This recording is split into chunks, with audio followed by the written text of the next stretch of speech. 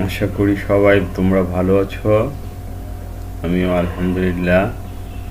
আমি মোহাম্মদ রিপন ভূঁইয়া, সহকারী অধ্যাপক, প্রাণিবিদ্যা বিভাগ, কুমিল্লা ভিক্টোরিয়া সরকারি কলেজ, কুমিল্লা। আজকে আমি প্রাণীবিজ্ঞানে প্রাণীর বিভিন্নতা ও শ্রেণীবিন্যাস নিয়ে আলোচনা করব।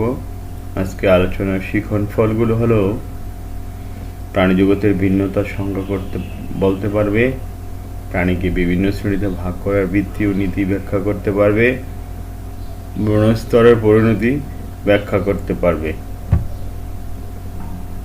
আমরা একটা প্রাণী বৈচিত্র্যের কৌণিক নকশা দেখতে পাচ্ছি, খেয়াল করো।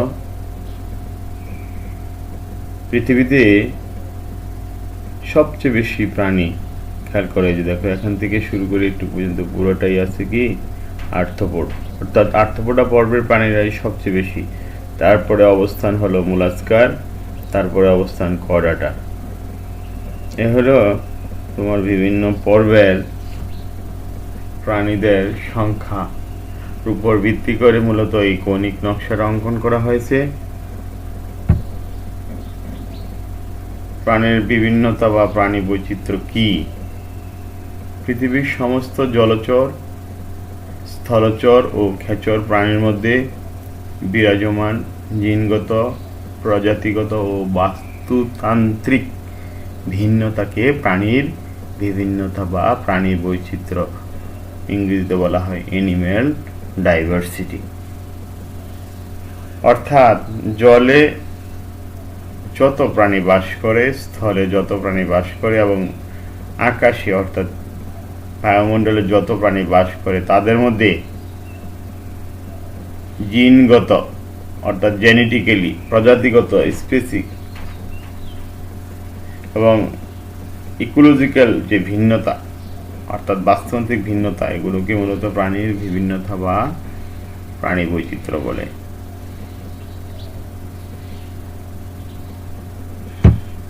প্রাণী বৈচিত্র্যের প্রকারভেদ। প্রাণী বৈচিত্র্য তিন প্রকার, যথা জেনেটিক বা জিনগত বৈচিত্র্য, স্পেসিস ডাইভার্সিটি বা প্রজাতিগত বৈচিত্র্য, এবং ইকোসিস্টেম ডাইভার্সিটি, এটাকে বলা হলো বাস্তুতান্ত্রিক বৈচিত্র্য। জিনগত বৈচিত্র্য হলো, আমরা একটু খেয়াল করব, একই প্রজাতির মধ্যে অবস্থিত জিনের যে বিভিন্নতা, অর্থাৎ আমরা যদি এক্ষেত্রে মানুষের কথা চিন্তা করি, মানুষের প্রজাতি সব একই, বাট এক্স এবং ওয়াই যদি দুজন মানুষ হয়, তাদের জিনগত বৈচিত্র্যতা কিন্তু ভিন্ন, অর্থাৎ তাদের জিনের স্ট্রাকচার একজন থেকে আরেকজনের সম্পূর্ণ ভিন্ন। যেমন আমরা মনে করলাম এক্স এর জিনের সিকোয়েন্সগুলো যদি চিন্তা করি, ক্যাট ক্যাট ক্যাট ক্যাট, গ্যাট গ্যাট গ্যাট গ্যাট। আসলে ক্যাট ক্যাট ক্যাট ক্যাট বললাম, তোমরা হয়তো বুঝতে পারোনি। CAT, ক্যাট মানে কি? এগুলো আমরা জানি ডিএনএর গঠনে নাইট্রোজেনাস বেসগুলো আছে, সেই নাইট্রোজেনাস বেসগুলোর সংক্ষিপ্ত অক্ষরগুলো আমরা নিয়েছি। সি হচ্ছে সাইটোসিন, এ হচ্ছে অ্যাডেনিন, আর টি হইল থাইমিন। অর্থাৎ তিনটা নাইট্রোজেনাস বেস মিলে একটা কোডন হয় বা বার্তা হয়, আর এই প্রত্যেকটা বার্তা বা একাধিক বার্তা মিলে একটি কি হয়, প্রোটিন গঠিত হয়। আর এই প্রত্যেকটি প্রোটিনই একটা বৈশিষ্ট্য নিয়ন্ত্রণ করে, বা একাধিক প্রোটিন মিলে জীবদেহের একটা বৈশিষ্ট্য নিয়ন্ত্রণ করে। তাহলে আমি বললাম যে এক্স এর দেহে যদি নাইট্রোজেনাস বেস থাকে ক্যাট ক্যাট ক্যাট, গ্যাট গ্যাট গ্যাট গ্যাট, আর ওয়াই এর দেহে সেই জিন সিকোয়েন্স বা জিনগত বৈচিত্র্যতা হলো ক্যাট গ্যাট ক্যাট গ্যাট ক্যাট গ্যাট ক্যাট গ্যাট, অর্থাৎ একবার ক্যাট একবার গ্যাট, এভাবে যদি আসে, তাহলে তাদের মধ্যে যে বৈচিত্র্যতা দেখা গেল, অর্থাৎ জিনের যে সিকোয়েন্সের বৈচিত্র্যতা, এটাকে মূলত জিনগত বৈচিত্র্য বলে। আর প্রজাতিগত বৈচিত্র্য বলতে দুটি ভিন্ন প্রজাতির মধ্যে যে বৈচিত্র্যতা লক্ষ্য করা যায়। যেমন আমরা যদি চিন্তা করি একটা ছাগল আর একটা গরু, তাহলে তাদের মধ্যে বৈচিত্র্যতা আছে অবশ্যই। অর্থাৎ দুটি প্রজাতির মধ্যে যে পার্থক্য বা ভিন্নতা সেটাকে বলা হলো প্রজাতিগত বৈচিত্র্য। আর বাস্তুতান্ত্রিক বৈচিত্র্য হলো ভিন্ন ভিন্ন বাস্তুতন্ত্রে অবস্থানের কারণে প্রাণীদের যে বৈচিত্র্যতা দেখা যায়। যেমন সুন্দরবন যে সমস্ত প্রাণীগুলো পাওয়া যায়, যেমন সুন্দরবনে পাওয়া যায় আমরা জানি রয়্যাল বেঙ্গল টাইগার, হরিণ, শূকর, কুমির, বনমোরগ, সাপ ইত্যাদি বিভিন্ন ধরনের সাপ। কিন্তু আমরা পার্বত্য চট্টগ্রাম অঞ্চলে কি পাবো না? আমরা সাধারণত বাঘ পাবো না, ওখানে আবার পাবো অতিরিক্ত পাবো হাতি, যেটা সুন্দরবনে পাওয়া যায়নি। তাহলে এই যে দুটা ভিন্ন ভিন্ন বাস্তুতন্ত্রের কারণে ভিন্ন ভিন্ন প্রাণীর বৈচিত্র্যতা দেখা গেল, তাকে মূলত বাস্তুতান্ত্রিক বৈচিত্র্য বলে। বায়োম, এই ওয়ার্ডগুলো আমরা হয়তো নতুন পরিচিত হচ্ছি। আমরা খেয়াল করব পৃথিবীর বিভিন্ন অঞ্চলে ভিন্ন ভিন্ন জলবায়ুর সাথে জীবজগতের মিথস্ক্রিয়ায় ভিন্ন ভিন্ন পরিবেশীয় যে একক গঠিত হয় তাকে বায়োম বলে। প্রতিটি বায়োমে নিজস্ব বৈশিষ্ট্যমণ্ডিত বৈচিত্র্যময় জীব রয়েছে, অর্থাৎ বৈশিষ্ট্যমণ্ডিত বৈচিত্র্যময় জীব রয়েছে। আমরা খেয়াল করব যেমন তুন্দ্রা বায়োম, সাভানা বায়োম, মরু বায়োম। জীববিজ্ঞানের যে শাখায় জীব শ্রেণীবিন্যাসের উদ্দেশ্য, অর্থাৎ কি উদ্দেশ্যে শ্রেণীবিন্যাস করা হয়, ভিত্তি, যেটাকে আমরা কিসের উপর ভিত্তি করে শ্রেণীবিন্যাস করা হচ্ছে, নিয়ম কানুন, অর্থাৎ কি নিয়ম কানুন পালন করে শ্রেণীবিন্যাস করা হচ্ছে এবং কি পদ্ধতি অবলম্বন করে শ্রেণীবিন্যাস করা হচ্ছে ইত্যাদি নিয়ে আলোচনা করা হয়, তাকে শ্রেণীবিন্যাসবিদ্যা বা ট্যাক্সোনমি বলে। আমরা আসবো সামনে, এগুলোর ব্যাখ্যা আছে। শ্রেণীবিন্যাসের ভিত্তি, অর্থাৎ শ্রেণীবিন্যাস কিসের উপর ভিত্তি করে শ্রেণীবিন্যাস করা হয়। যেমন সাপোজ আমরা যদি এখানে অ্যানিলিডা পর্বের কথাই চিন্তা করি, অ্যানিলিডা পর্বে দেখা যায় যে চলনাঙ্গের উপস্থিতি অনুপস্থিতি, দেহ খণ্ডায়নের উপস্থিতি অনুপস্থিতি এবং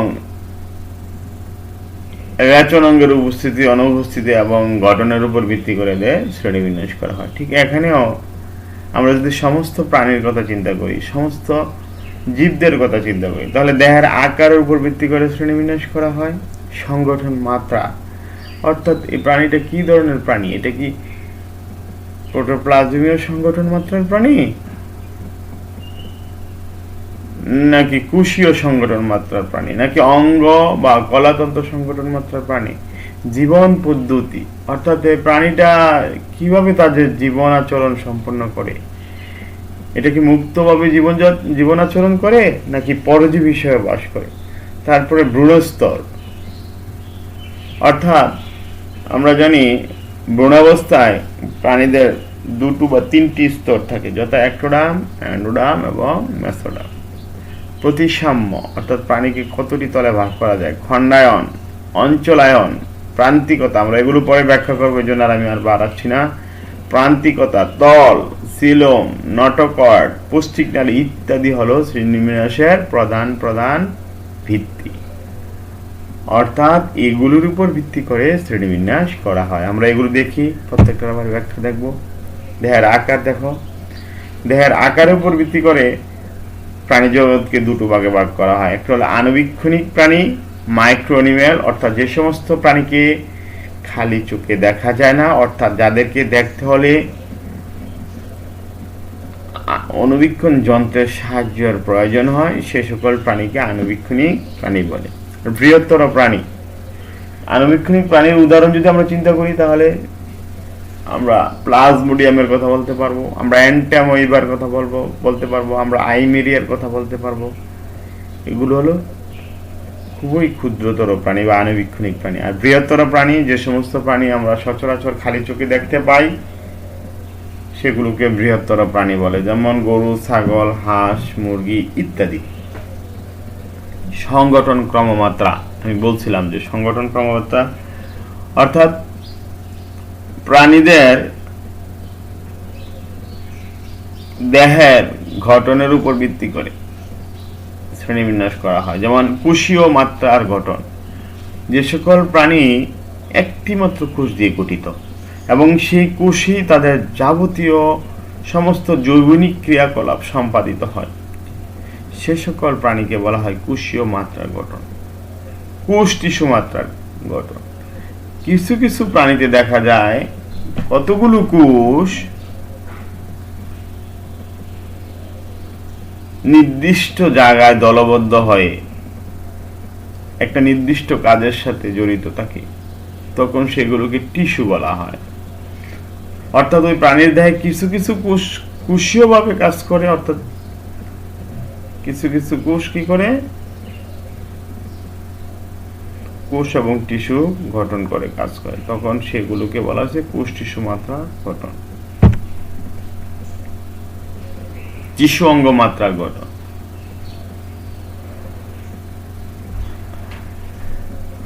কিছু কিছু প্রাণী কিছু কিছু কোষ আবার যখন অঙ্গ গঠন করে, যেমন কতগুলো টিস্যু যখন একটা নির্দিষ্ট কাজে নিয়োজিত থাকতে থাকতে সেটা কি করে, একটা অঙ্গ গঠন করে, তখন তাকে টিস্যু অঙ্গ মাত্রার গঠন বলা হয়।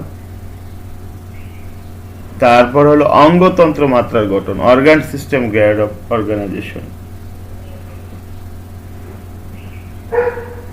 অর্থাৎ এক্ষেত্রে অঙ্গ এবং তন্ত্র গঠন করবে, কতগুলো অঙ্গ মিলে কি করে একটা তন্ত্র গঠন করে, এবং সেই তন্ত্রটা একটা নির্দিষ্ট কাজের সাথে জড়িত থাকে, তখন সেই সমস্ত প্রাণীগুলোকে বলা হয় organ system grade of organisation. এবার জীবন পদ্ধতি উপর ভিত্তি করে প্রাণীদেরকে দুই ভাগে ভাগ করা, একটা হলো মুক্তজীবী ফ্রি লিভিং, আর একটা হলো পরজীবী বা প্যারাসাইট। মুক্তজীবী যে সমস্ত প্রাণী সচরাচর নিজের খাদ্য গ্রহণ করে এবং চলাচলে সক্ষম এবং অন্য প্রাণীর উপর নির্ভরশীল নয়, সে সকল প্রাণীকে মুক্তজীবী বা ফ্রি লিভিং প্রাণী বলা হয়, যেমন কলম্বা, লিবিয়া। পরজীবী হলো আমরা জানি দুটি ভিন্ন প্রজাতিভুক্ত জীব পারস্পরিক অবস্থানের ফলে যদি একটি প্রাণী উপকৃত হয় এবং অপর প্রাণী ক্ষতিগ্রস্ত হয়, তখন উপকৃত প্রাণীটাকে বলা হয় পরজীবী আর ক্ষতিগ্রস্ত প্রাণীটাকে বলা হয় পোষক। যেমন ফেসিউলা হেপাটিকা, টিনিয়া, সুলিয়াম ইত্যাদি।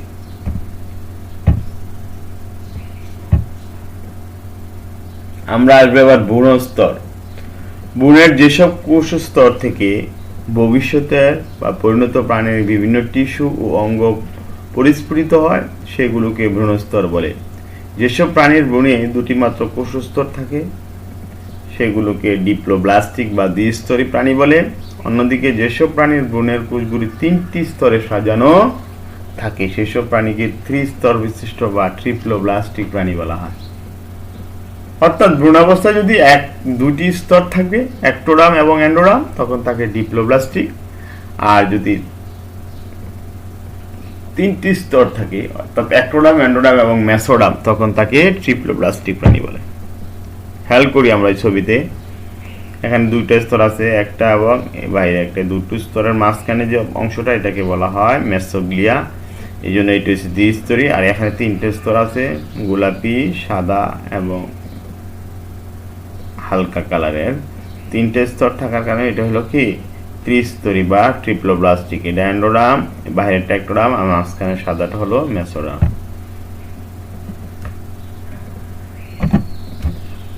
আমরা দ্বিস্তরী প্রাণী বা ডিপ্লোব্লাস্টিক প্রাণীর কথা চিন্তা করব। ভ্রূণীয় পরিস্ফুটনকালে যেসব প্রাণীর ভ্রূণে দুটি মাত্র কোষস্তর যথা অ্যাক্টোডার্ম ও এন্ডোডার্ম থাকে সেগুলোকে ডিপ্লোব্লাস্টিক বা দ্বিস্তরী প্রাণী বলে। উদাহরণ হাইড্রা। অর্থাৎ এই ডিপ্লোব্লাস্টিক প্রাণীর দুটো স্তর থাকবে এবং দুই স্তরের মাঝখানে কি থাকবে, অকোষীয় জেলির ন্যায় মেসোগ্লিয়া থাকবে। এবং এই সকল প্রাণীর সাধারণত কোষীয় শ্রমবন্টন প্রথম লক্ষ্য করা যায়। এসব প্রাণীদের ক্ষেত্রে কোষীয় শ্রমবন্টন প্রথম লক্ষ্য করা যায়।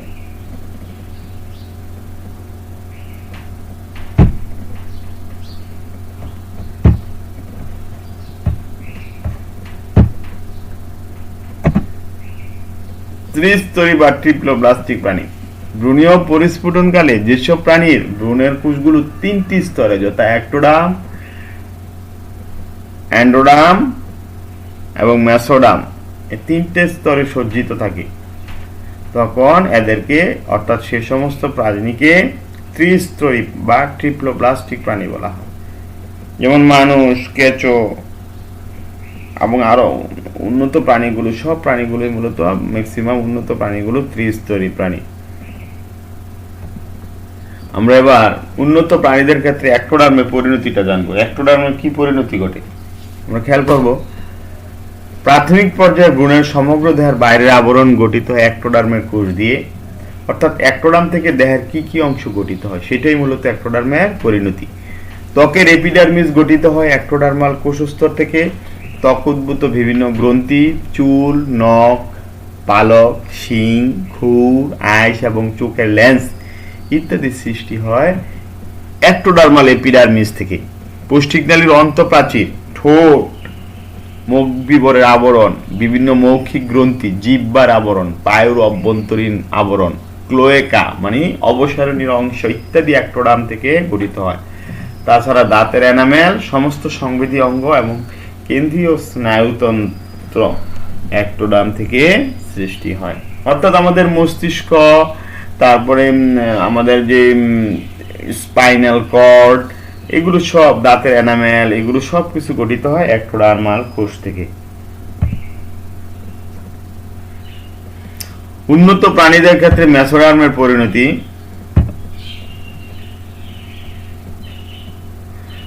ভ্রূণ বিকাশের সময় এন্ডোডার্ম থেকে মেসোডার্ম সৃষ্টি হয়। খেয়াল করো, এন্ডোডার্ম থেকে মেসোডার্ম সৃষ্টি হয় এবং অ্যাক্টোডার্ম ও এন্ডোডার্মের মাঝখানে অবস্থান করে।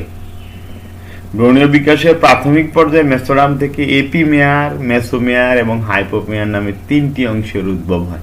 অর্থাৎ পুরো যে তিনটা এন্ডোডার্ম থেকে যতগুলো কোষ আসে সবগুলো কোষ তিনটা ভাগে ভাগ হয়ে যায়। একটা ভাগকে বলা হয়েছে এপিমেয়ার, আরেকটা ভাগের নাম হচ্ছে মেসোমেয়ার, আরেকটা নাম হচ্ছে হাইপোমেয়ার।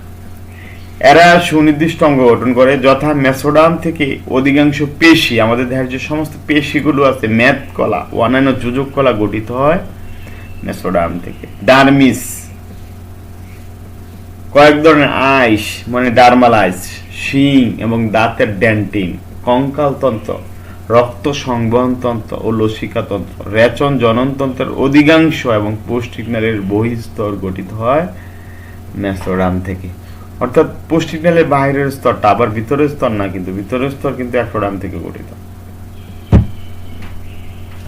উন্নত প্রাণীদের ক্ষেত্রে এন্ডোডার্মের পরিণতি আমরা খেয়াল করবো। এন্ডোডার্মটা পরিণতি কি হয়? ভ্রূণীয় আর্কেন্টেরন, আর্কেন্টেরন হলো মাঝখানের যে গহ্বর, এই গহ্বরটাকে বলা হয় আর্কেন্টেরন। আর্কেন্টেরনের অন্ত আবরণী ছাড়া এর সম্পূর্ণ অংশই গঠিত হয় এন্ডোডার্ম থেকে। এখান থেকে গলবিল, গলনালী, পাকস্থলী এবং অন্ত্র গঠনের সাথে বৃক্ক ও অগ্নাশয়ের আবির্ভাব ঘটে।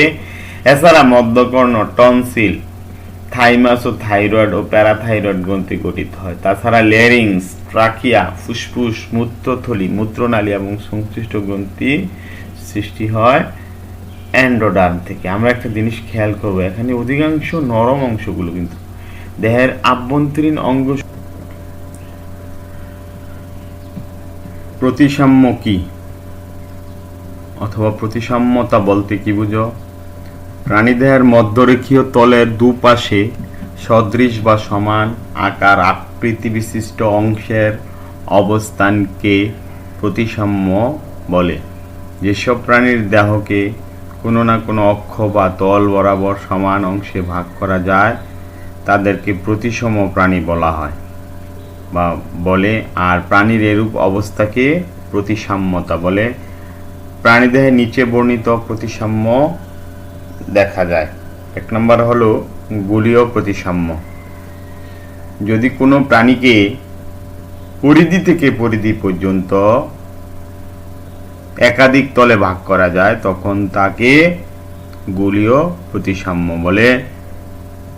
যেমন বল বক্স, রেডিওলারিয়া ইত্যাদি।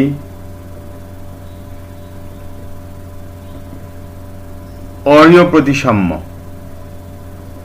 অর্থাৎ যখন প্রাণীকে কেন্দ্র থেকে পরিধি পর্যন্ত একাধিক তলে সমান অংশে ভাগ করা যায় তখন তাকে অরীয় প্রতিসাম্য বলে। আগেরটা ছিল পরিধি থেকে পরিধি পর্যন্ত, আর এটা হলো কেন্দ্র থেকে পরিধি পর্যন্ত। যেমন অরেলিয়া মানে জেলিফিশ, দ্বিঅরীয় প্রতিসাম্য। খেয়াল করো, দ্বিঅরীয় যদি কেন্দ্র থেকে পরিধি পর্যন্ত সমান দুটি তলে ভাগ করা যায় তখন তাকে বলা হচ্ছে দ্বিঅরীয় প্রতিসাম্য। যেমন হর্মিফোরা, এটা টিনোফোরা পর্বের একটা প্রাণী, হর্মিফোরা। তারপর হলো দ্বিপার্শ্বীয় প্রতিসাম্য, যদি কোনো প্রাণীকে সমান দুটি অংশে ভাগ করা যায়, যেমন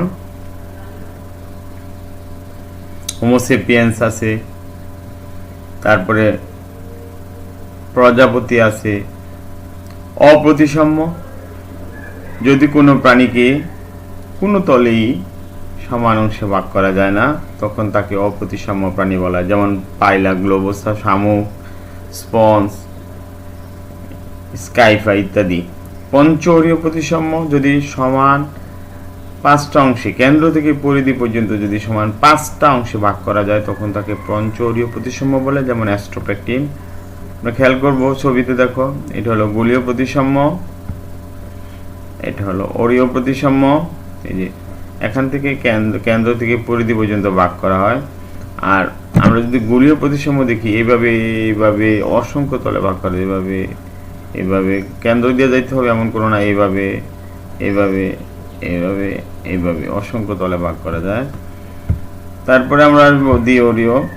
এটা দ্বিঅরীয়, এই যে দুটো প্লেট আছে, একটা প্লেট একটা প্লেট, এই দুটি সমান তলে ভাগ করা যায়, জন্য এটার নাম হচ্ছে দ্বিঅরীয় প্রতিসাম্য। আর এটা সমান দ্বিপার্শ্বীয় প্রতিসাম্য, এইভাবে সমান দুটি অংশে ভাগ করা যায়, এই জন্য এটার নাম হলো দ্বিপার্শ্বীয় প্রতিসাম্য। আর অপ্রতিসাম্য কোনো তলে ভাগ করা যায় না। আর এটা হলো পঞ্চঅরীয় প্রতিসাম্য, এই যে 5টা লেখা আছে, নাম্বার 1 2 3 4 5, 5টা তো কেন্দ্র থেকে পরিধি পর্যন্ত 5টা অংশে ভাগ করা যায়। এটা হলো মূলত তারা মাছ, তোমরা সবাই নাম জানো। অপ্রতিসাম্য, যখন কোনো প্রাণীর দেহকে অক্ষ বা দেহতল বরাবর ছেদ করলে একবারও সদৃশ দুটি অংশে ভাগ করা যায় না তখন তাকে অপ্রতিসাম্য বলে। উদাহরণ স্পঞ্জ, শামুক ইত্যাদি। খণ্ডায়ন বা মেটামেরিজম, কোনো প্রাণীর দেহ যদি অনুলম্ব অক্ষ বরাবর একই ধরনের খণ্ডকের ক্রমিক পুনরাবৃত্তির ফলে গঠিত হয় তখন এই অবস্থাকে খণ্ডায়ন বা মেটামেরিজম বলে।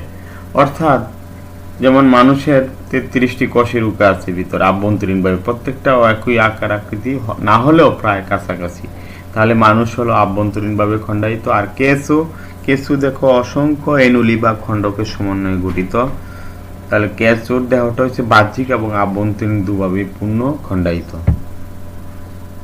ধন্যবাদ সবাইকে, সবাই ভালো থাকবে।